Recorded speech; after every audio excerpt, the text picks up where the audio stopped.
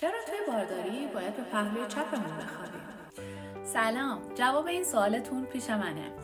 در 3 ماهه اول بارداری طرز خوابیدن مادر اهمیت چندانی نداره، ولی در 3 ماهه دوم بارداری توصیه میشه که به پهلو و مخصوصاً پهلوی چپ بخوابید.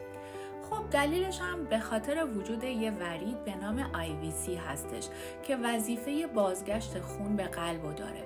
حالا اگر مادر تمام مدت روی کمرش یا به اصطلاح تاق باز بخوابه، این فشار روی این رگ زیاد میشه و این ورید دیگه نمیتونه اون بازگشت خون رو به صورت طبیعی انجام بده و در نتیجه گردش خونی که بین مادر و جنین هستش یکم دچار اختلال میشه و اکسیژن رسانی به جنین کم میشه. با توجه به اینکه ورید IVC تمایل به سمت راست بدن داره، وقتی که شما به پهلوی چپتون میخوابید این فشار رو از روی این ورید برمیدارید و در نتیجه گردش خون به حالت طبیعی برمیگرده.